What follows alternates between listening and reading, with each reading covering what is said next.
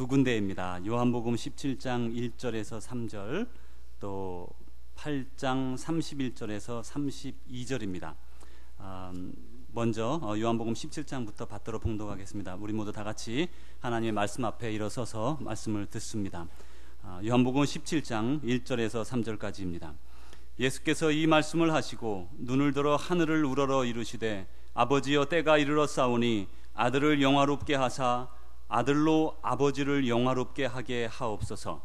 아버지께서 아들에게 주신 모든 사람에게 영생을 주게 하시려고 만민을 다스리는 권세를 아들에게 주셨음이로소이다.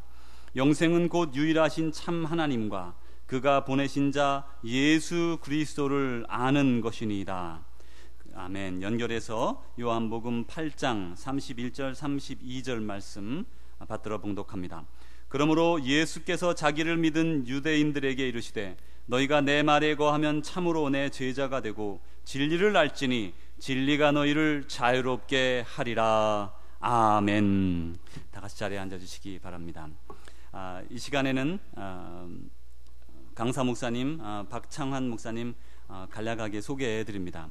현재 니카라구아 선교사로 계시고 그저 연세는 약관의 나이 88이십니다. 그러시고 아직까지 참 건강하세요. 몸에 질병 하나 없으시고 아직까지 참 건강하게 이렇게 사역하시는 귀한 종이고, 다 잘 아시겠지만 아버님께서 박경구 목사님이신데, 박경구 목사님은 6.25 때에 공산군들에게 사지를 절단당하셔서 이렇게 순교하신 어른이십니다. 목사님이 그 강직한 신앙을 이어받아서 한국 교회에 이제 장로의 신학대학교회, 그 당시는 학장, 지금은 총장이시죠.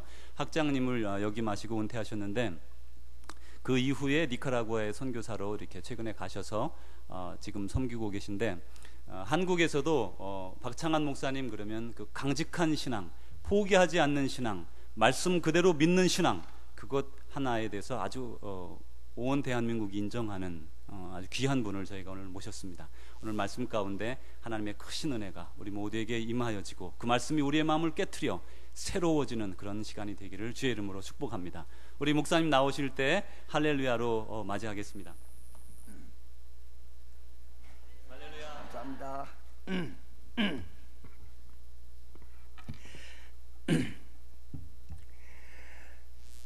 저는 미국의 여러 곳에 다니면서 이렇게 설교할 기회가 있어서 이제 가보는데, 뭐 다 아시다시피 많이 안 모이잖아요.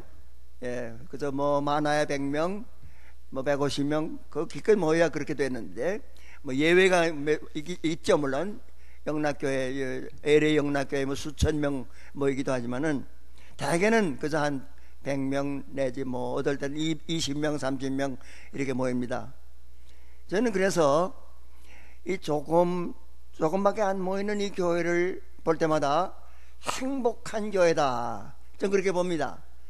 행복한 교회다. 여러분이야말로 행복한 교회입니다. 전 그렇게 늘 얘기합니다. 왜냐하면은요, 우리 신학을 가르칠 때 목회학이라고 하는 학문이 있습니다. 그 목회학을 가르칠 때 뭐라고 하느냐면은, 목사 한 사람이 케어할 수 있는, 목사 한 사람이 다룰 수 있는 그 양의 수가 얼마냐? 100명이라고 그래요. 100명. 100명을 맥시멈으로 하고 그 안에서 한 목사 한 사람이 한 100명을 케어할 수 있다라고 하는 것이 목회학의 이론입니다. 뭐 예외가 돼가지고 뭐 한 150명까지도 할 수가 있겠지만은 대개는 한 100명까지가 적정수라, 그렇게 목회학적으로 말하는 거예요. 군대도 그렇습니다. 여기 미국 군대나 한국 군대도 지금 100명을 이제 하나로 해가지고 그게 대대장하고 뭔지 모릅니다만 하여튼 100명을 단위로 해가지고 그 100명의 이름과 그 생년월일까지 다 알아야 된답니다. 자, 하여간 우리 교회가 제대로 되기 위해서는 목사 한 사람이 한 100명 돌아가야 되는 거예요. 그러니까 적은 교회일수록 행복한 겁니다. 왜냐하면은 목사님이 그 한 사람 한 사람의 이름을 다 알 수 있고 그 성격과 그 문제와 뭐 여러 가지 가진 그 사정을 다 알 수 있는 거예요. 그래서 목사가 그 집에 가서 신방도 하고 위로도 하고 격려도 하고 다 할 수 있는 겁니다. 그러나 100명이 넘으면은 200명, 300명 넘으면 그러면 그 교회가 아니에요. 저는 그렇게 봐요. 예. 저는 신학교에서 늘 가르칠 때 큰 교회는 교회 아니다. 저는 그렇게 가르칩니다. 그건 목사가 그 돌보지 못하거든요. 돌보지 못하는 교회 얼마나 불쌍합니까? 얼마나 불쌍한지 몰라요. 교인들이 불쌍해요. 예. 그래서 우리 요한복음 10장에도 나옵니다마는 목자는 양을 알고, 목자가 양을 아는 목회가 목회란 말이죠. 예. 아마 여러분들 가운데 지금 목사님이 여러분 이름 모르는 사람 없을 거 아닙니까? 다 알거든요. 그 집안에 아마 아이들까지 다 알 거예요. 예. 그래야 목회입니다. 네, 그래서 저는 이 적은 교회일수록 행복한 교회다. 저는 늘 그렇게 말합니다. 그래서 오늘도 여러분들 이렇게 아마 몇 교회도 모인 줄 압니다만은 하여간 이렇게 오늘 모인 여러분들이 다 정말 행복한 교인들이다. 그래 느껴요. 목사님들 다 모시고, 참 하나하나 이름을 다 알고, 이게 참 다정하게 생활하는 걸 보면서 대단히 저는 기쁘게 생각하고, 여러분 참 축복받은 교인들이다. 그렇게 먼저 생각합니다. 지금 오늘 첫 시간에 생각하고 싶은 것은 우리가 좀 바로 알고 바로 믿자, 그런 제목을 제가 잡아본 겁니다. 바로 알고 바로 믿자. 벌써 한 수십 년 됐습니다마는 우리 한국의 제일 유명한 목사 가운데 한 사람이 길선주 목사입니다. 여러분 길선주 목사라는 분 아마 아시는 분 계실 거예요. 그분은 평양 장로회 신학교 1회 졸업생인데요, 7명 중에 하나입니다. 그분이 이제 본래는 도교를 믿던 사람인데 예수를 믿고 평양신학교에서 1회 졸업생으로 졸업하고는 아주 유명한 부흥사가 됐어요. 계시록 전문가입니다. 계시록을 달달 다 암송하는 겁니다. 네. 뭐 만독을 했다고 하는 그런 분인데요. 그냥 이름이 났어요. 한국교회 전체에 이름이 나가지고 길선주 목사 모르는 사람이 없어요. 한 분은 이 길선주 목사님이 이제 아마 부흥회를 인도하기 위해서 저 경의선, 여러분 경의선 서울에서부터 신의주까지 가는 걸 경의선이라고 하잖아요. 그 경의선에 신안주라는 데가 있습니다. 신안주에서부터 경편철도를 타고서 저 강계 쪽으로 가는 이제 기차를 타고서 이제 가는 중인데요. 신안주 다음에 안주가 또 있습니다. 안주에서 또 사람이 하나 탔어요. 그 마주 앉은 겁니다. 길선주 목사님하고 어떤 사람하고 마주 앉아서 이제 가는데 길 목사님은 전도할 거 아닙니까? 앞에 사람하고 예수 믿습니까? 뭐 이러면서 이제 통성명을 하고 아마 그렇게 전도를 했는데, 나 예수 믿습니다. 나 예수 믿는 사람입니다. 난 길선주 목사 잘 압니다.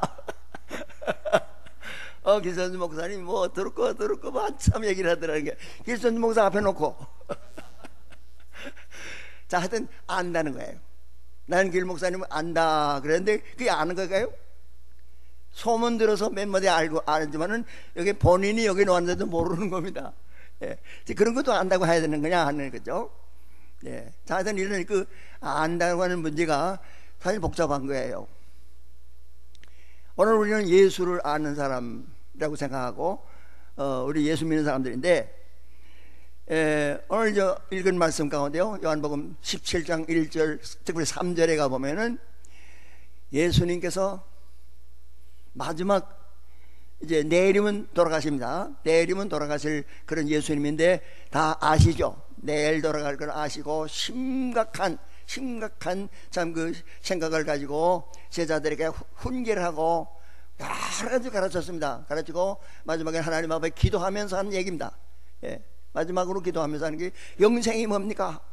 영생이라는 것은 하나님을 아는 것입니다. 하나님을 아는 것이 영생입니다. 그리고 하나님께서 보낸 사람 자 예수 믿는 것이 영생입니다. 이렇게 고백을 해요. 예. 영생이 뭐냐? 오늘 우리가 영생을 지금 다 바라고 있잖아요. 영생을 바라고 나왔는데 영생은 바로 하나님을 아는 것이고 하나님이 보내신 예수를 아는 것이 영생이라는 겁니다. 예. 여러분들 다 이제 말씀드린 대로 길선주 목사를 안다고 하는 사람처럼 우리가 하나님을 안다고 그러죠. 우리 예수님을 안다고 그러죠. 우리가 다 많이 알아요. 예. 정말 아느냐, 얼마나 아느냐, 바로 아느냐, 이게 문제 아닙니까? 바로 알아야 되지 않겠느냐는 거예요. 올바로 알고 믿어야 이게 좀 전당 가는 것이지 마구 믿으면 되겠습니까? 오늘 우리 문제는, 오늘 세상 사람의 문제가 신앙 없는 사람이 어디가 있습니까? 다 신앙을 가지고 있는 거예요. 공산주의자도 공산주의를 믿는 거예요. 김일성이 믿지 않습니까? 미국 사람이 김일성이 믿잖아요. 예. 그 믿으면 영생을 얻는다고 생각하는 거예요. 김일성이 믿어야 된다고 생각하는 거예요. 그 잘못 믿는 거 아닙니까? 영생이 없는데 김일성을 통해서 잘 살겠다고 하는 거고, 공산주의 믿어서 잘 살겠다는 거고, 불교 믿어서 잘 살겠다는 거고, 다 믿음을 다 가지고 있어요. 뭔가 다 안다는 거예요. 예. 그래도 그게 영생이란 말이죠. 바로 알아야 되지 않냐는 거예요. 예. 자, 이런 의미에서 오늘 우리가 좀 더 바로 알고 바로 믿어보자, 이런 제목을 잡아본 겁니다. 예수님께서 30살 났을 때 이제 나사렛 시골에서 살다가 그 산골 아닙니까? 산골에서 살다가 이제 하나님의 그 정하신 때가 돼가지고 이제 공생애에 나섰습니다. 공생애에 나서서 활동하는 가운데 예루살렘을 몇 번 올라가느냐? 예루살렘에 올라간 것이 우리 마태복음, 마가복음, 누가복음에는 세 복음에는 없어요.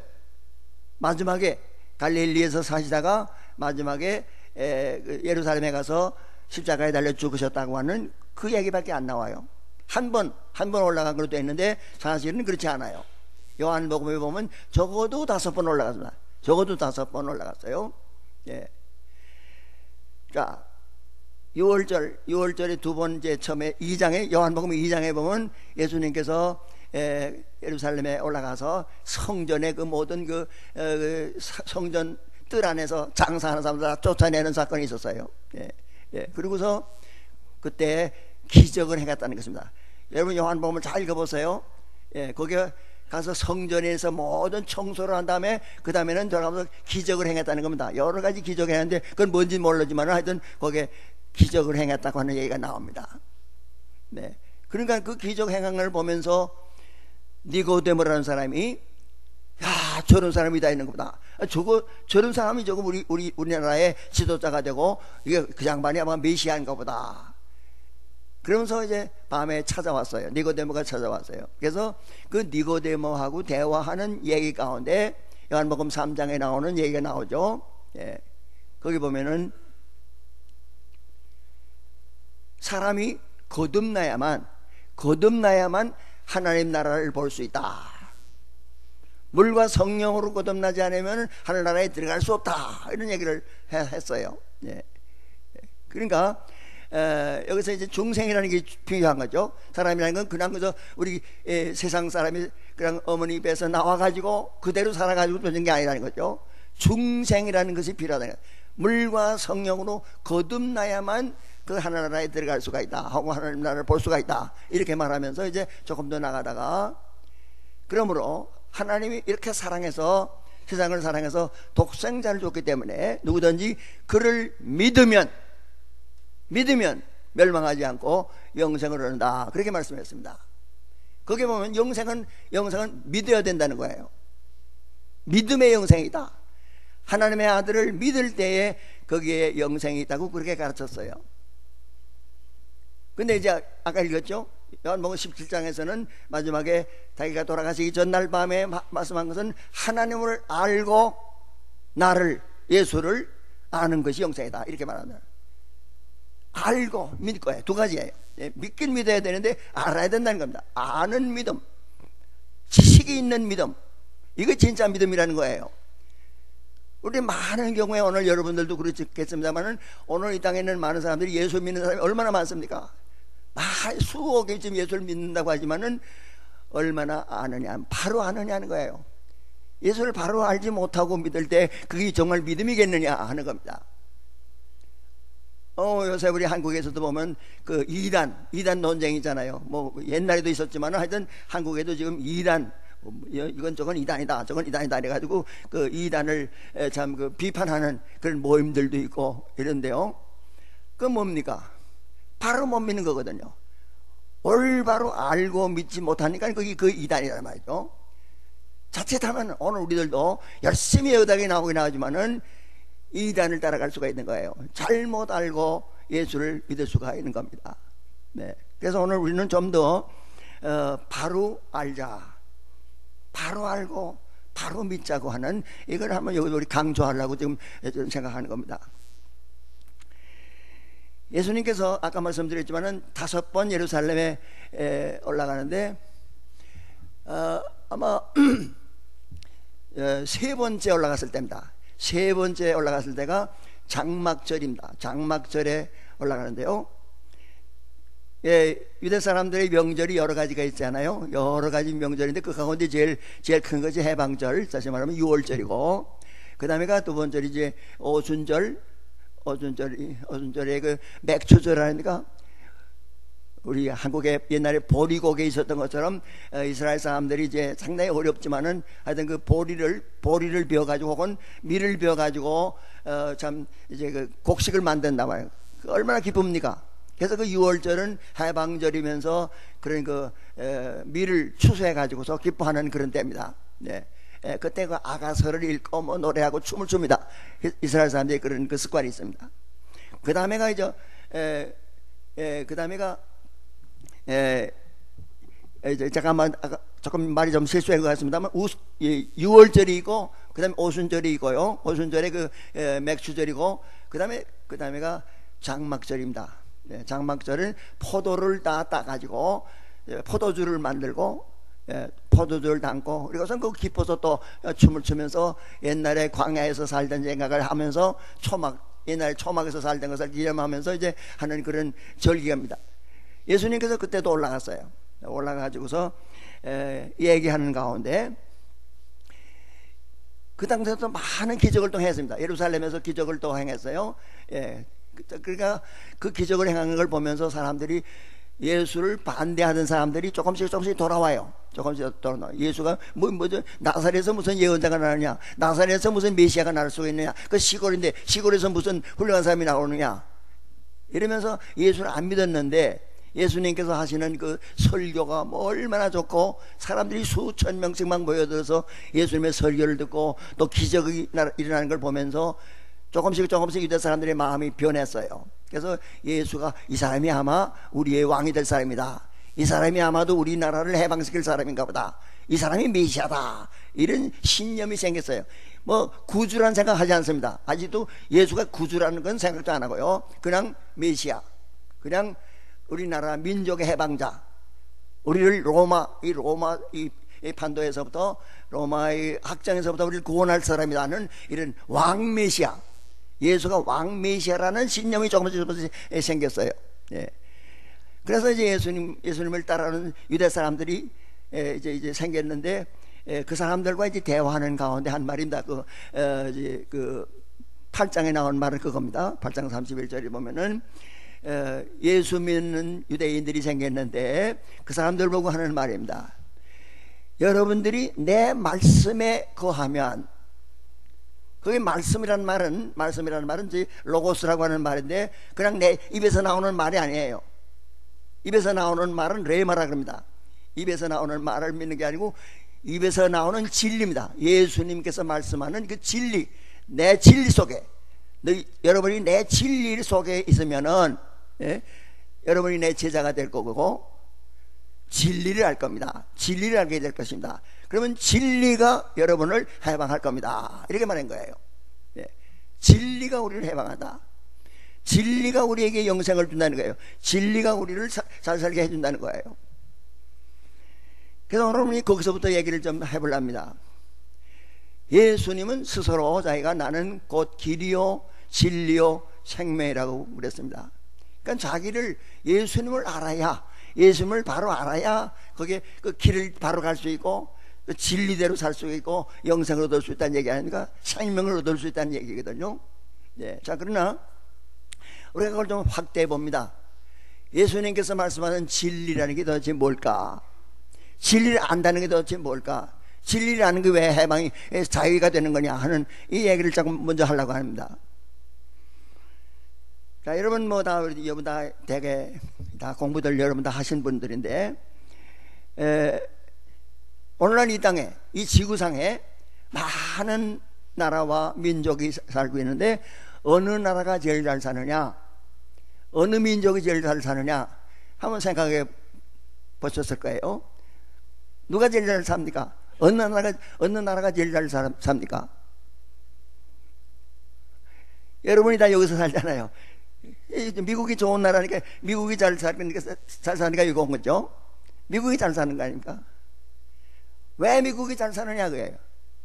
또 뭐 그 밖에 이제 구라파에 뭐 영국이라든가 불란서라든가 많은 나라들이 있는데, 그 나라들이 제가 가 있는 지금 니카라과나 뭐 여기 남미나 혹은 저 남양에 있는 여러 그 미개한 나라들보다 훨씬 잘 산단 말이요. 네. 제가 인도네시아에서도 한 3년 동안 선교사 일을 해봤습니다만은 뭐 너무도 형편없어요. 제가 한 번은 신방을 갔습니다. 인도네시아에서 이제 신방을 갔는데 그 주부 한 분이 계시고 아이들하고만 있어요. 그래서 이제 신방을 가서 이제 아주머니 연세가 얼마나 됐습니까? 그러니까 난 나이를 모릅니다. 그래요. 나이를 모른다는 거야. 그건 그럴 수 있는 거 아니겠습니까? 나이를 몰라요. 왜냐하면 그게 무슨 달력도 없고 시계도 없고 그저 해가 떴다 졌다 하는 것만 알고 추나 추동이 없어요. 추나 추동이 없으니까 전부 다 항상 파란 거야. 항상 파라니까 뭐 이 한 바퀴 돌아가는 게 뭐 보여야지. 그러니까 도무지 나이를 셀 수가 없어요. 난 나이 모릅니다. 대부분 모릅니다. 니카라과도 그래요. 니카라과 사람들도 뭐 좀 제가 있는 나라도 그저 지금 언제나 시퍼런 그 여름이니까 한철밖에 없으니까 이게 뭐 1년이 되는지 2년이 되는지 알 수가 없는 거예요. 자, 하여튼 이렇게 해서 참 그 나이를 모를 정도로 좀 지식이 없는, 아무것도 아는 것이 없는 그런 상태에서 살고 있는 나라들이 많이 있단 말이죠. 자, 그러면 이제 다시 돌아와서 미국이 잘 산다, 혹은 이 구라파에 있는 이 나라들이, 저희 북구에 있는 많은 나라들이 잘 산다. 왜 잘 살겠느냐 한번 따져보라면, 왜 잘 사느냐, 미국 사람들이 왜 잘 사느냐, 왜 저희 선진국가라는 것들이 왜 그렇게 비교적으로 잘 사는 이유가 뭐냐 하는 겁니다. 뭐겠습니까? 왜 잘 살겠습니까? 그 사람들이 많이 알아서 잘 사는 거예요. 지식이 많은 거예요. 다시 말하면은 하나님은 예수님께서 말씀하셨잖아요. 나는 곧 길이요 진리요 생명이다 그랬고, 하나님도 진리거든요. 하나님 자신이 진리란 말이요. 그러면 하나님께서 이 천지를 창조할 때 아름답게 창조했다고 그랬습니다. 여러분 창세기 1장에 보면은 첫날도 모든 걸 만들고서 톱이라는 말이 좋다는 소리가 그래. 톱. 그리고 맨 마지막에 여섯째 날 사랑까지 만들어내면 very 끝이거든. 톱 매워도 그랬어요. 야, 좋다는 말이 뭡니까? 어때서 좋습니까? 뭐가 좋은 겁니까? 그 좋다는 말 속에는 참되다는 겁니다. 이것이 뭐 이랬다 해가 동쪽에 졌다 서쪽에 졌다 이게 막 다 그렇게 되면 이게 무슨 좋은 겁니까? 무슨 믿을 수가 없잖아요. 꼭 그대로 한대로 하나님께서 만드는 그대로 있고 변하지 않는 거예요. 이게 진리거든요. 그러니까 아주 그렇게 진리대로 만들었단 말이에요. 모든 것을 진리대로 만들었기 때문에 아름다운 겁니다. 막 자꾸 변하는 거, 믿을 수 없는 걸 어떻게 좋다고 할 수가 있었겠어요? 자, 그러면은 하나님께서 이제 좋게 만들고 참이라는 것을 진리 가지고 만드는데, 그 진리라는 건 다른 말로 하면은 법이라는 겁니다. 법대로 만드네. 일정한 법이 있어요. 진리라는 건 법 아닙니까? 모든 자연의 법칙을 자연 법칙을 가지고 이 삼라만상을 법칙으로 만들었습니다. 그래서 법으로 꽉 채웠어요. 진리로 꽉 채워놨어요. 그래서 그게 아름다운 겁니다. 세상에 아름다운 것은 그건데요, 진리로 가득 찼다는 게 아름다운 건데, 하나님께서 우리 인간들을 내시면서 너는 내가 만드는 진리를 알라 그런 거예요. 진리를 알라. 진리를 알면 그만큼 잘 살겠다 하는 겁니다. 여러분 창세기 2장을 가보면은 창세기 2장에 나무가 3가지가 나옵니다. 나무 3가지 종류 한번 해보세요. 여러분 어떤 나무가 있었어요? 3가지 나무가 있는데 창세기에 나오는 2장에 나오는 창조기사에 나오는 뭡니까? 첫째 나무가 뭐죠? 과일나무예요. 과일나무. 네. 하나님께서 수만 종, 수백만 종의 과일을 만들었습니다. 저기 남해에 가보니까 얼마나 우리가 알지 못하던 과일들로 많이 있는 걸 보았는데요.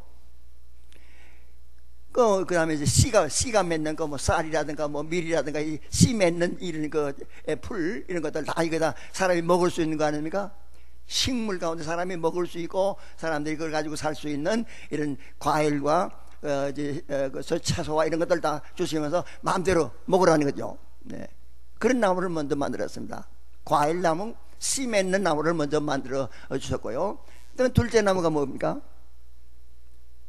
둘째 나무가 뭐예요? 선악 지식의 나무입니다. 선악 지식나무. 그냥 선악과가 아니에요. 선악과, 우리가 선악과 따먹고 다 그런 건 마음대로 마구지 말하지만은 선악 지식의 나무입니다. 우리가 그걸 알아야 된다. 하나님께서 우리 세상을 아름답게 만드는데 거기에 선악의 지식의 나무를 줬다는 거예요. 네. 선악을 잘 가려서 그거를 이제 알아야 돼요. 어떤 게 선이고 어떤 게 악이고 뭐가 좋은 거고 어떤 게 나쁜 것이고 이런 걸 진리를 아는 나무라는 거예요. 네. 그거를 먹어버리는 게 아니라 그걸 늘 보면서 거기 가서 그걸 배우고 그걸 가지고서 이제 단련하고 그러면서 살라는 거예요. 그러다가 마지막에 셋째 나무가 뭐예요? 생명나무. 생명나무를 주겠다는 거 아닙니까? 네. 하여튼 이게 우리 창조기사에도 그런 게 나오는데요. 하나님께서는 인간의 행복을 위해서 우리에게 지혜를 주고 지식을 주고 하나님을 닮은 것이 바로 그건데요. 하나님을 닮은 것 가운데 하나님처럼 지혜롭게 하나님만큼은 아니지만은 우리가 지혜를 가지고 지식을 가지고 진리를 알 수 있는 그런 능력을 우리에게 주신 거란 말이죠. 네. 그러면서 그 진리를 너희들이 찾아서 진리대로 살아라 말이에요. 그러면 행복하다는 거고 그러면 자유가 있다는 거예요. 네. 자, 오늘 이제 여러분이 다 지금 비행기도 타고 자동차도 타고 또 심지어 자전거라도 타고 이제 그러면서 이제 가지 않습니까? 옛날에 우리는 자전거도 없고 없을 때 어떻게 합니까? 걸어갔죠. 하루에 하루 종일 걸어가야 한 100리 한 150리 걸었잖아요. 여전히 자전거라는 걸 타고서 한 시간이면 100리 가지 않습니까? 이렇게 해서 많이 발달했잖아요. 그럼 그건 뭡니까? 자전거를 타고서 전에 보다 몇십 배 빨리 간다 하는 것은 그만큼 시간을 절약할 수 있고 그만큼 자유가 생긴 거거든요. 그건 뭐냐면 자전거의 원리, 자이로스컵, 돌아가는 것은 넘어지지 않는다. 그죠? 돌아가면 넘어지지 않거든. 그 법이 있다면 하나님께서 만드는 법이에요. 그거 하나님이 그렇게 돌아갈 때는 넘어지지 않도록 돼 있거든요. 이게 바꾼 두 가지밖에 없지만은 돌아갈 때는 넘어지지 않으니까 자전거가 그대로 갈 수 있는 거란 말이죠. 하나님께서 만드는 법을 안 됨부터는 그만큼 자유가 생긴 거예요. 예. 하나님께서 이 땅에다가 보화를 가득 채워줬습니다. 얼마나 많은 보화를 채웠는지 모릅니다. 진리요, 자연의 법칙을 각 채워놨습니다. 네. 누구든지 찾아가져라. 누구든지 먼저 알아라. 그거 가서 이용해서 잘 살라는 게요. 그게 과학이거든요. 예.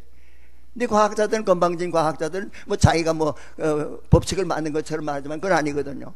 하나님께서 주신 법입니다. 하나님께서 주신 진리입니다. 사람들이 정말 하나님이 주신 또 지혜를 가지고 하나님이 주신 능력을 가지고 그걸 또 발견할 수 있도록 해가지고 때가 되니까 이렇게 참 우리가 너무도 상당히 아주 빨리 다닐 수 있고 아주 짧은 시간에 많이 알 수도 있고 여러 가지 참 이 과학적 이기를 가지고 지금 행복하게 좀 자유롭게 살 수가 있는 거란 말이죠. 자, 그러면은 이제 말씀드린 대로 누가 잘 사느냐? 진리를 아는 만큼 잘 산다는 거예요. 종교적으로 들어가지 말거라도 이것도 종교에 속하지만은 어쨌든 하나님께서 이 자연의 진리를 묻어놓았는데 보물 찾게 하는 것처럼 누구든지 찾아가더라 그러면 먼저 가서 찾는 사람이 자기 거 되잖아요. 그것처럼 우리 세상에 있는 많은 사람들이 그 보물을 찾았어요. 찾아가지고 지금 이 자연과학이라는 게 발달해가지고 오늘 우리가 편리하게 이만큼 살 수 있는 겁니다. 자, 그러면 이제 비교해서 아까 말대로 비교해서 어느 나라가 잘 사느냐면 과학이 발달한 나라가 잘 산다는 말이 되는 거예요. 그렇죠? 과학이 발달한 나라, 예, 미국이나 뭐 영국이나 불란서나 뭐 이런 나라들이 다 과학이 발달하니까 잘 사는데, 결국은 하나님의 진리를 아는 만큼 잘 산다는 말이 되는 겁니다. 네. 자, 그러나 이제 거기다 비교를 해보세요. 한번. 그러면은 러시아하고 공산주의 나라였던 러시아하고 미국하고 비교를 해봐요. 러시아는 이미 공산주의 러시아는 망하지 않았습니까? 같은 과학의 수준에서는 거의 같았는데 러시아는 망했다고 말이에요. 공산주의 사회주의 러시아는 망해버렸어요. 예. 제가 거기서 한 5년 동안 살아봤습니다만은 얼마나 참 처참한 줄 알 수 없어요. 예. 같은 문화권, 서양 문화권에서 살면서 다른 게 뭡니까? 다른 게 그 사람들은 공산주의를 했다는 거예요. 공산주의 74년 동안에 그만 완전히 그만 하나님을 잊어버리고 도덕이 무너지고 그래가지고 과학은 같았는데, 과학은 일본 뭐 미국이나 뭐 비슷한 건데 그만큼 뒤떨어지고 불행한 나라가 돼버린 거예요. 네. 이런 걸 봐서도 벌써 이제 하나님의 진리를 바로 알아야 된단 말이죠. 하나님의 진리를 바로 알아야 되지, 바로 알지 못할 때 이게 어디서 왔는지도 알아야 되고 어떻게 적용해야 되는지도 알고 선하게 적용할 줄 알아야 되는데, 그거 악하게 써가지고 그거 가지고 사람을 해롭게 하고 남을 죽이고 하는 이런 데만 쓴다고 하면 그게 무슨 축복받겠습니까? 네. 자, 그러니까 우리가 두 번째로 생각할 수 있는 것은 하나님의 자연과학, 자연 진리, 이 자연법을 많이 아는 것도 물론 우리가 중요하지만은 그 다음에 하나님께서 우리에게 주신 또 하나의 법은 윤리적인 법이라고 봅니다. 네. 선악의 진리, 어떤 게 선하고 어떤 게 악하냐 하는 거기에 진리가 있는 거예요. 네. 하나님은 선하신 분이기 때문에 악을 미워하고 악과 어떻게 상관하고 이 악과 선의 관계가 어떻게 하는 건 이 진리가 있거든요. 예. 도덕의 진리입니다. 도덕의 진리가 있는데 이거를 바로 알아서 그걸 아는 만큼, 윤리적인 진리를 아는 만큼 그만큼 자유가 있다는 거란 말이죠. 네. 이제 말씀드린 것과 같이 미국 사람과 러시아 사람이 과학적으로는 같지만은, 자연과학적인 적으로는 같지만은 어둠에서 차이가 생기냐면 윤리에서 차이가 난 거예요. 예. 공산주의, 하나님을 반대하고 하나님의 법을 무시하는 나라하고, 그런대로 미국은 In God we trust, 돈에까지도 우리 하나님을 믿는다고 막 찍어내가지고서 살지 않습니까? 그만큼 그래도 하나님을 믿는 나라라며 여기가. 뭐 이 나라라고 다 좋은 건 아니지만은 어쨌든 이 도덕적으로 완전히 차이가 있는 겁니다. 예. 자, 그러니까 이제 그 나라가 이제 확실히 뒤떨어질 수밖에 없는 그런 이제 상황이 되어버린 겁니다. 자, 이제 그 다음에 또 한 가지 예를 들면요, 우리 동양에서 보세요. 동양에서 우리 한국하고 일본하고를 한번 비교해 보세요. 예. 일본 사람들은 우리보다 기독교를 거의 한 100년 이상 더 먼저 받았습니다. 네. 그래서 일본 사람들의 저희 밑바닥에요. 일본 사람들의 사상의 밑바닥에는 기독교가 들어가 있어요. 네. 먼저 천주교가 들어와가지고 천주교 신부들이 참 포교를 많이 해가지고요. 굉장히 많은 사람이 예수를 믿었습니다. 네. 자, 그러다가 이제 박해가 일어나가지고 수만 명이 죽었습니다. 이 일본 사람들 천주교 믿다가 많은 사람이 죽고요. 그 다음에 이제 명치 유신 때 1800년대 말에 명치왕이라는 사람이, 명치천왕이 명치 유신이라는 것을 하면서 우리나라보다 100년 앞서서 유신을 했어요. 네. 그러면서 그때 그 사람들이 전부 각 나라에다가 사람들을 보냈습니다. 보내가지고 이제 이 서양 문화를 받아들였어요. 그게 기독교 문화 아닙니까? 서양 문화는 건 기독교 문화이기 때문에 기독교 정신이 거기 묻어 들어오는 거예요. 네. 그래서 여러분 지금부터 한 100년 전에 일본 나라는 사실은 굉장히 기독교적이었습니다. 네. 그래서 여러분 아시겠지만은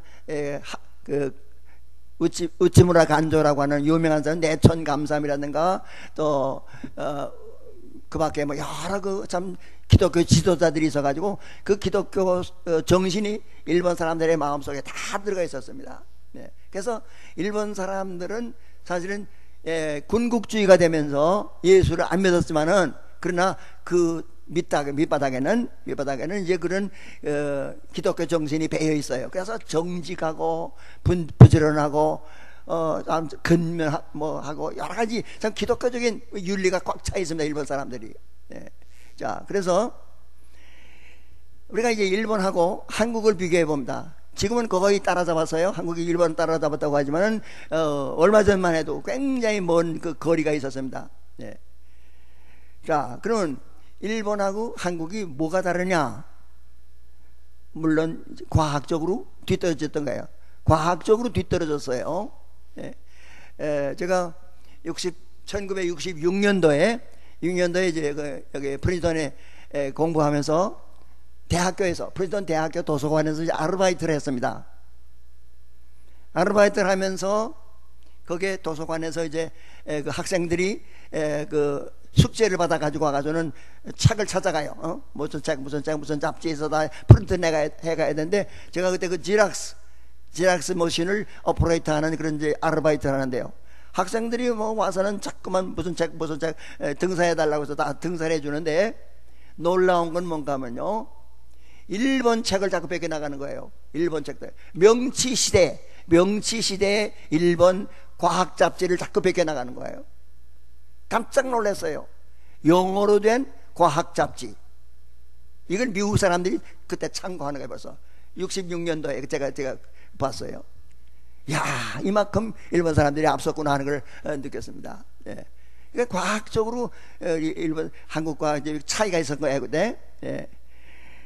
그리고 또 한 가지는 이제 말씀드린 것 같이 아직도 우리 한국에 기독교가 들어왔지만은 도덕적으로 아직도 일본을 따라갈 수가 없었어요. 일본 사람들이 정직하고 근면하고 절약하고 서로 이제 봉사하려고 그러고 이런 기독교 정신이 꽉 차 있습니다. 일본 사람들 사회 속에.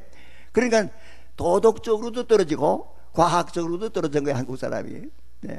자, 이런 걸 보면서 하나님의 진리가 우리를 자유롭게 하는데 우리가 도덕적인 진리, 도덕의 진리에 있어서 우리가 뒤떨어졌다고 하는 얘기가 되는 겁니다. 그러니까 올바로 살아가면서 하나님을 섬기고 혹은 하나님의 진리, 하나님의 도덕의 진리를 바로 알고 과학을 하는 나라가 더 잘 산다는 얘기가 되는 거예요. 예. 소련이 미국보다 떨어진 것이 바로 그거라면 도덕이 떨어진 거고, 일본이 우리보다 앞선 거는 그들이 역시 도덕적으로 우리보다 앞선 거예요. 그렇기 때문에 잘 사는 거란 말이에요. 자, 그 다음에 또 한 가지 보면은요, 하나님은 이 선악 지식의 나무를 가지고 말하는 것 가운데 결국은 과학적인 이런 자연 법칙만 주신 게 아니라 도덕의 법을 주었다고 그랬죠. 어떻게 살아야 잘 사는 거다. 하나님의 법대로 살아야 되는 거고요. 그 다음에는 또 한 가지는 이제 하나님과 사람의 관계입니다. 종교적인 법입니다. 종교적인 법에 있어서 진리를 알아야 됩니다. 상하 관계, 하나님과 인간과의 그 진리가 있는데 그걸 바로 지켜야 되는 거란 말이에요. 네. 그걸 바로 가진 나라가 바로 사는 거예요. 네. 자, 이제 여러분 아시지만은 인도를 가보세요. 인도라는 나라가 뭐가 문제입니까? 인구는 많은데요, 소가 사람만큼 많다고 말이에요. 소가 다 먹어버려요. 왜 소가 먹는 걸 내버려 둡니까? 소를 섬겨 하나님처럼 섬긴다고 말이에요. 이 종교가 잘못된 거란 말이에요. 올바른 참 하나님을 섬기면 될 것인데 이 사람들이 하나님을 왜 버려놓고 뭐 하나님을 믿는다고 하죠. 그 다음에 하나님을 믿는다고 하면서도 참 이 소를 또 그만큼 속이면서 결국은 모든 곡식이 다 소에게 가버린단 말이에요. 그래서 잘 못 사는 거란 말이에요. 자, 그리고 또 한 가지는 오늘 우리가 이제 기독교적인 입장에서 말합니다. 기독교적인 입장에서 같은 기독교라고 하면서도 어떤 나라는 잘 살고 어떤 나라는 못 산단 말이에요. 같은 기독교 국가인데, 예. 뭐 여러분 다 아시겠지만은 오늘의 이 북구하고 북쪽 브라바이 또 미국도요, 북미하고 남미 혹은 또 이제 구라바 남쪽하고 비교하면 그 뭐가 다릅니까? 다른 거 하나는 개신교고요, 하나는 북쪽엔 개신교고 남쪽에는 다 천주교들이에요. 네. 다 그런 건 아닐지 몰라도 우리가 보통 생각해 보면 천주교 나라들이 잘 못 살아요. 이거는 이제 그 눈으로 봐서도 아는 겁니다. 네. 올바른 종교 바로 알고 믿지 못하기 때문에 그런가 말이에요. 네. 제가 지금 그 천주교 그 판도에 가서 지금 살고 있습니다만은 얼마나 잘못된지 모른단 말이죠. 천주교가 바로 가르치질 않았어요. 네. 그러니까 마구 사는 거예요. 네. 그러니까 우리가 올바로 아는 것, 하나님을 올바로 알고 하나님의 말씀을 올바로 알고 하나님의 진리를 바로 알고 살아가야만 그만큼 자유가 있다는 거란 말이에요. 예. 그런데 문제는 오늘 우리가 하나님의 말씀을 혹은 하나님의 진리를 바로 아는 운동을 하고 있느냐 하는 겁니다. 얼마나 바로 알려고 노력하느냐 하는 겁니다. 우리는 보통 그저 예수 믿으면 된다는 거예요. 예수 믿으면 천당 갑니다, 이렇게만 가르쳐요. 우리가 다 어렸을 때도 그렇게 믿었단 말이에요. 한국에 온 선교사들이 예수 천당 그랬어요. 유명한 얘기 있지 않습니까? 평양에 그 유명한 그 최봉석이라는 목사님입니다. 최봉석. 이분은 그저 뭐 공부 못한 분이지만 하여튼 평양신학을 졸업하고 평양신학 그 평양 거리에 나가서 사람마다 예수 천당 그런단 말이에요. 전도한다고 하면서 예수 천당. 그래서 예수 믿고 천당 가자고만 말하는 거예요. 믿으면 된다고만 말하지 어떻게 믿어야 되고 어떻게 믿는 게 바로 믿는 거지 한마디도 말하지 않고 그래서 예수 천당 그래 버렸어요. 네. 그게 오늘 한국교회의 신앙입니다. 예수 믿으면 천당 간다 그렇게 말해서 다 나왔어요. 우리가 나왔지만 어떻게 믿어야 되는 건지, 뭐가 어떻게 믿는 게 잘 믿는 건지 이런 걸 모르고 믿는 때가 많다고 말이죠. 자, 그래서 오늘요 지금 남은 시간 잠깐 제가 얘기하고 싶은 것은 한국 교회에 대한 얘기를 하나 하려고 합니다. 한국 교회가 지금 그 아는 문제에 있어서 특별히 우리 장로교, 우리 장로교 아는 분도 계시지만은 우리 장로교회니까 장로교와 그 아는 문제가 어떻게 관계되느냐 그걸 좀 얘기해 보려고 합니다. 여러분 아시지만 우리 장로교는요, 장로교의 특색은 물론 교회 제도 가운데 교회 제도가 세 가지가 있거든요. 감독교회라는 게 있고, 그 다음에는 회중교회가 있고, 그 다음에 장로교회가 있고, 이 세 개입니다. 교회 뭐 수백 가지 혹은 수천 가지의 교단이 있지만은 그 세 가지 속에 다 들어갑니다. 우리 교단은, 우리 장로교는 장로 체제란 말이에요. 장로가 다스리는 체제입니다. 네. 감독교회라는 것은 천주교, 또 이제 루터란 교회라든가, 또 이제 앵글리칸 교회, 이런 게 이제 감독교회고, 감리교도 감독교회 아닙니까? 네. 감독이 훌륭하면 다 좋아요. 감독이 훌륭하면 전부 다 좋아집니다. 그러나 감독이 잘못하면 다 망하게 돼요.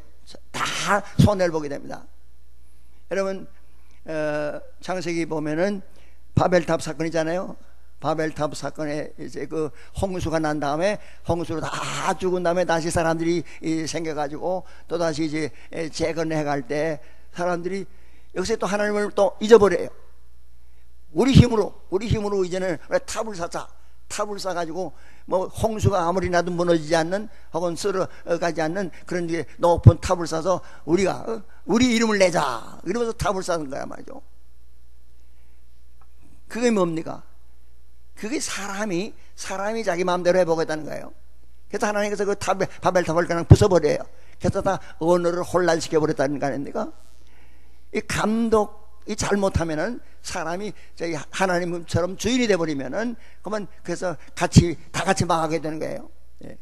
그래서 감독 정치의 위험이 거기에 있거든요. 물론 좋으면 얼마나 좋죠. 하나님은 한 분이시지만 하나님은 너무도 선하니까 잘 돼 나가잖아요. 그러나 인간들은 죄인이기 때문에 인간이 마음대로 하게 되면 다 같이 망하는 거예요. 그래서 이제 그 반대가 저희 콩그레게이션입니다. 저희 회중교회입니다. 회중교회가 돼가지고 우리 회중들이 하자, 우리가 다 하자, 뭐 우리가 다 의논해서 우리가 하자 이렇게 말하는데, 물론 그것도 좋을 수가 있지만은 문제는 이제 그 회중들이 엘리트가 되지 않고 그냥 공부 안 한 사람들이 많잖아요. 그런 사람들이 자기가 하겠다 그래서 다 맡아서 하면은 결국은 어디로 간지 몰라요. 방향을 모르고 막 아무 때나 막 갈 수가 있습니다. 네. 뭐 제가 지금 있는 나라를 보면요, 아까도 다른 데서도 얘기했습니다만은 한 10사람이 모이면요, 기독교인데 한 10사람이 모이면은 내가 목사다 그러면 돼요. 공부 안 하고 신학교 가지 않고 내가 목사다 그러면 목사가 되는 겁니다. 국민학교도 안 들어온 사람이 자기가 목사라는 거예요. 예. 그러고서는 그저 한 10사람 만나고서 뭐 찬송하고 이러면서 설교한다는데 거기서 뭐이 나오겠습니까? 예. 그러는 거예요. 그렇게 자기들끼리 그냥 해버리는가? 이것이 이제 발전이 없고 그냥 그대로 그 자리에서 그 자리 제자리 걸음을 하는 거예요. 예. 자, 그래서 이 효중교회라는 게 그런 저희 발전하지 못하는 그런 이제 결과가 나오는 건데, 그래서 그게 그 두 개를 합해가지고 감독교회와 이 회중교회의 약점과 장점을 다 모아가지고 한 것이 바로 장로 정치입니다. 예? 그러니까 우리가 어떻게 하든지 우리 교인들이 다 권세는 교인들이 가지고 있고요, 여러분들이 가지고 있고, 거기서 엘리트를 뽑아서 장로를 뽑아가지고 우리 대신에 정치를 해주십시오 하고 맡기는 겁니다.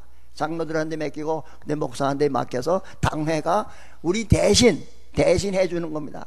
대의원 정치입니다. 이 미국의 법이, 미국 법이 바로 그 장로교 법입니다. 네. 자, 하여간 오늘 우리 장로교의 특색이 뭐냐 하면요, 우리가 장로교인들이니까 한번 우리가 좀 알아두기 위해서 지금 말하고 한국교회를 좀 한번 비판해 보려고 그런 거예요. 우리가 다 한국교회에서 되게 왔기 때문에요.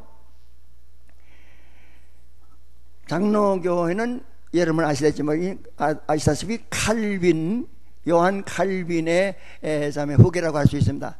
요한 칼빈이 시작했다고 볼 수 있는데, 이분의 사상이 뭐냐 하면요, 칼빈의 사상은 아주 경건합니다. 경건하게 하나님의 말씀대로 하나님의 진리대로 살아가야 된다는 이런 경건을 주장하면서 그만큼 학문을 주장합니다. 학문을 주장한다는 것이 그 칼빈주의의 특색입니다. 우리 장로교의 특색이 바로 그겁니다. 여러분 그걸 알아두셔야 됩니다. 장로교 다른 교회를 비판하는 게 아니고 하여튼 장로교의 특색은 경건하면서 학문을 하는 교단이 바로 장로교회입니다. 칼빈이 왜 그런 생각을 하느냐 하면은, 칼빈은 학자입니다. 칼빈은 학자인데 이분이 연구하는 가운데, 기도하는 가운데 성경을 읽어보면서 사람이라는 것은 하나님께서 동물과 다른 게 뭐냐, 사람에게 지성을 줬다는 거예요. 사람에게는 지성이 있다. 동물, 개나 뭐 돼지나 뭐 이런 말이나 이런 짐승이 가지지 못한 새로운 것이 있는데, 다른 것이 있는데, 바로 그 지성이란 말이에요. 깨달을 수 있는 우리 지각을 준 거란 말이에요. 그러니까 하나님께서 주신 이 지각을 바로 써야 된다는 겁니다. 바로 써서 그걸 가지고서 잘 살 수 있도록 해야 된다는 겁니다. 네. 그러니까 우리가 경건하게 기도하고 찬송하고 예배드리고 모든 그 경건한 생활을 하면서도 동시에 해야 될 것은 우리는 언제나 연구해야 된다는 겁니다. 학문적으로 연구를 하고 바로란 말이죠. 바로 알아야고 그게 바로 믿자는 겁니다. 이게 바로 장로교의 특색이고 칼빈의 특색입니다. 그래서 칼빈의 그 표가 피에타스 앳 스켄시라고 해서 경건과 학문이라는 두 개가 그 장로교의 특색입니다. 네. 자, 그런데 한국에 들어온 장로교는 지금부터 100년 전에 한국에 들어온 장로교는 경건만 가지고 들어왔어요. 한국에 들어온 선교사들이 미국에서 건너가면서 학문은 떼놓고 경건만 가지고 한국에 들어온 겁니다. 네. 그래도 열심히 믿게 한 거예요. 열심히 믿으라 그러고 뭐 열심히 예배당에 나오고 헌금하라고 그러고 뭐 전도하라고 열심히 그러긴 그랬는데 학문에 대해서는 강조를 하나도 안 했어요. 저희들이 공부할 때까지, 저희들이 신학교 공부할 때까지도 그 교수들이 그렇게 가르쳤습니다. 학문은 필요 없다는 거예요. 성경만 달달 외우면 되고, 그래서 성경에 있는 말씀대로 그냥 그저 암송하고 그 기도하고 그러면 되는 것이지 무슨 학문이 필요하냐, 이렇게 가르쳤습니다. 네. 그러나 그건 칼빈의 정신이 아니고 장로교 정신이 아니에요. 네. 다시 말하면 올바로 해야 된다는, 하나님의 말씀을 바로 알아서 바로 살자는 생각을 하지 않고 그저 믿으면 된다는 거예요. 아무래도 믿으라는 거예요. 그거 가지고는 안 되거든요. 네. 자, 그래서 우리 한국교회, 한국의 장로교회가 그런 약점이 있습니다. 그런 약점이 있어서 지금까지 그냥 그저 학문을 없는, 그냥 무조건 믿으면 된다고 하는 이런 식으로 가르쳐 왔고, 그래서 이제 한국교회가 문제가 많이 생기는데요. 여러분 여기 가운데 아마 합동 측에서 오신 분들 혹시 계실지 모르는데요, 합동 측이라고 하는 교회하고 통합 측이라고, 아마 여기는 우리 대개 통합 측에 속한 사람인 줄 아는데 그게 뭐 다르냐 하는 거예요. 뭐 장로교면 장로교지 무슨 합동 측이고 무슨 왜 또 통합 측이 또 뭐냐. 그게 이제 간단히 말하면은요, 간단히 말하면은 합동 측은 경건만을, 아직도 경건만을 주장하는 겁니다. 경건하면 된다는 거예요. 그러나 이 통합 측이라는 것은 칼빈의 사상으로 돌아가서 학문도 해야 된다는 것을 알고 학문을 하는 겁니다. 네. 오늘 우리 목사님, 여러분의 목사님은 이거 학문을 하는 시대에 졸업한 목사님입니다. 예. 그래서 여러분에게 아주 학문적으로도 잘 가르치고 계시는 걸 제가 알고, 여러분의 교회가 아주 편안하다는 걸 제가 알고 있습니다만은, 예. 오늘 우리는 우리 목사님의 지도를 잘 받아가지고 항상 배워야 됩니다. 알려고 노력해야 됩니다. 예. 이 아는 운동, 배우는 운동을 하면서 하나님께서 우리에게 지성을 준 이상, 우리 과학도 해야 되지만은 윤리적으로도 그렇고 종교적으로 하여간 성경 속에서 진리를 자꾸만 알아나가는 그런 운동을 여러분들이 꼭 할 수 있기를 바라는 겁니다. 그래서 이 아는 문제에 있어서 여러분들이 절대로 소홀히 하지 않길 바랍니다. 사도행전 1장 4절, 사도행전 6절이요. 사도행전 6장 4절에 보면은 예루살렘에서 교회가 생겼죠. 예루살렘에 교회가 이제 생겼는데 베드로가 한번 나가서 설교하니까 뭐 3,000명이 믿었다는 거예요. 그 뭐 베드로가 뭐 학문이 있습니까? 학문이 없는 사람이지만은 정말 성령의 감동을 통해서 설교하니까 뭐 3,000명도 갑자기 막 회개하고 다 그렇게 들어왔습니다. 네. 자, 그러나 그것만 가지고 되는 게 아니에요. 예루살렘의 교회가 그 다음에 점점 쇠퇴해지고 말아요. 아주 가난한 교회가 돼버렸어요. 처음에는 뭐 유무상통하고 다 갖다 놓고 뭐 이제 다 같이 잘 살았어요. 그런데 마지막에는 다 교회가 그 고지가 돼버렸어요. 자, 이런 게 다 왜 그러냐는 겁니다. 이런 문제가 왜 생겼느냐. 예. 그래서 사도행전 6장에 보면 그 많은 사람들이 모였는데, 예루살렘 교회가 뭐 예루살렘 성전이 깨지기 전입니다. 예루살렘 그 성전이 한 3만 평대예요. 그 마당이 굉장히 넓어요. 거기에 뭐 사람들이 뭐 몇천 명이 모여가지고 이제 예배를 드리는 모양인데 문제가 생겼습니다. 교회 사람들이 모이니까 문제가 안 생기겠습니까? 예, 그 가운데 이제 과부들이 여러 사람이 있었어요. 그 회중 가운데 과부들이 여러 사람이 있는데 그 중에 도로는 외국에 나가 살다가 돌아온 과부들이 있어요. 그 디아스포라로 다른 나라에 가서 살다가 고향에 돌아와서 죽겠다 해서 돌아온 사람들이 있고, 또 본토에서 살던 사람, 예루살렘에서 그대로 살던 과부들도 있고, 그래서 이게 두 파가 있는데 12사람, 목사가 12사람이죠. 그때 사도가 다 목사인데요, 12사람이 그 많은 사람을 이제 건사하는 거예요. 그러니까 벌써 거기서부터 대교회가 된 겁니다. 예루살렘 교회가 대교회가 되면서 문제가 생긴 거예요. 예. 그러니까 뭐 이 배급을 주는데요, 또 교회라는 것은 반드시 그 선한 사업을 해야 되니까 배급을, 가난한 사람에게 배급을 주는데, 과부들에게 가난하다고 이제 배급을 주는데, 유대 사람들에게 더 줬다는 거예요. 유대인 과부들에게 더 주고 외국에서 살던 과부들에게는 조금 덜 줬다라고 하는 소문이 들으면서 싸움이 생겼어요. 예. 그래서 뭐 교회가 막 시끄러워졌습니다.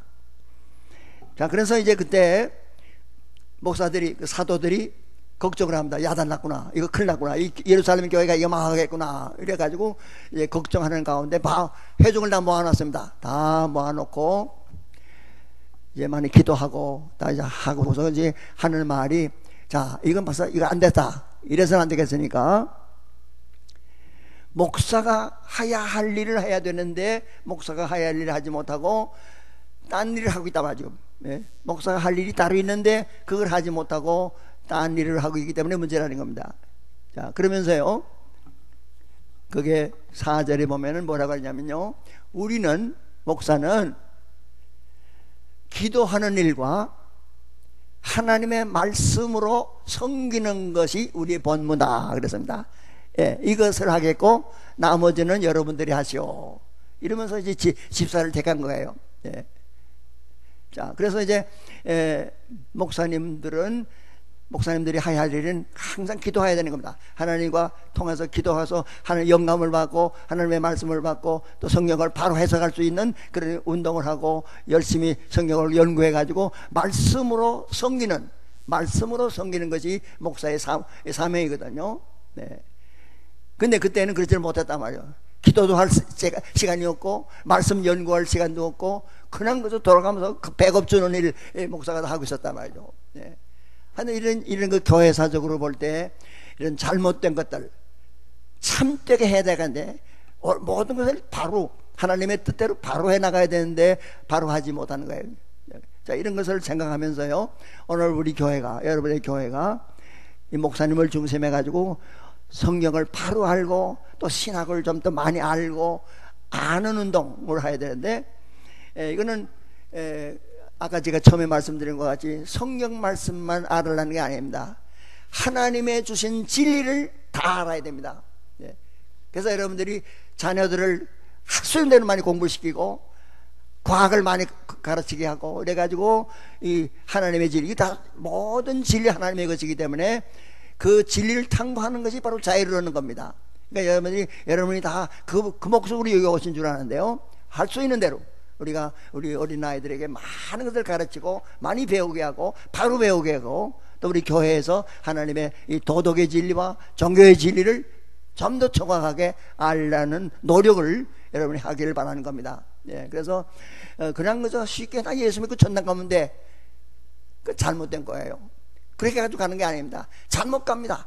예수 믿고 천당 어떻게 삐뚤어 가면 그 천당 가겠습니까? 뒷걸음질 해가지고 천당 갈 수 있습니까? 바로 가야 되는 거예요. 예수님의 가는 길을 따라가야 되는 겁니다.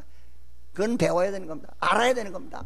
예. 자, 그래서 오늘 결론적으로 여러분들이 좀 더 우리 목사님을 중심해 가지고 바로 아는 운동, 그리고 바로 믿는 운동, 이것이 여러분들에게 있어서 여러분이 다 같이 정말 아름다운 고을에 도달할 수 있기를 간절히 바라는 겁니다. 기도하겠습니다. 아버지 하나님, 감사합니다. 우리들은 다 연약하지만은 아버지께서 우리를 부르셔서 주의 자녀들이 되게 하시고 아버지의 나라의 힘이 되어서 열심히 하나님 나라를 향해서 걸어가게 하여 주신 것 감사합니다. 여기에 또한 이렇게 하나님의 교회를 세우시고 훌륭한 목사님을 통해서 지도를 받으면서 또 용기 있게 또 순조롭게 바로 가고 있는 것을 생각하며 기뻐합니다. 아버지 하나님이죠, 더욱더 우리가 알아야 될 것이 많고 좀 더 바로 알아야 되겠기에 우리는 하나님 앞에 간구합니다. 성령께서 우리에게 임하셔서 우리의 눈을 뜨게 하시고 우리의 마음을 열어서 하나님을 바로 알게 하시고 예수님을 바로 알게 하시고 하나님의 말씀을 바로 할 수 있도록 해 주시고 우리가 또한 남들을 바로 가르치고 남들에게 희망을 주고 남들을 바로 그 바른 길로 인도하는 아름다운 참된 인도자들이 다 되게 하여 주시옵기를 간절히 바라옵니다. 여기 속하 있는 우리 모든 교우들 하나하나 또 우리 다른 교회에서 오신 목사님들이나 모든 우리 교우들 다 같이 한 하나님의 자녀로서 힘을 합해서 마음을 합해서 하나님 나라를 위해서 이 나라에서 사는 동안 정말 힘써서 다 같이 노력하는 우리 하나하나가 되게 하여 주옵기를 간절히 바라옵고 예수님의 이름으로 기도합니다. 아멘.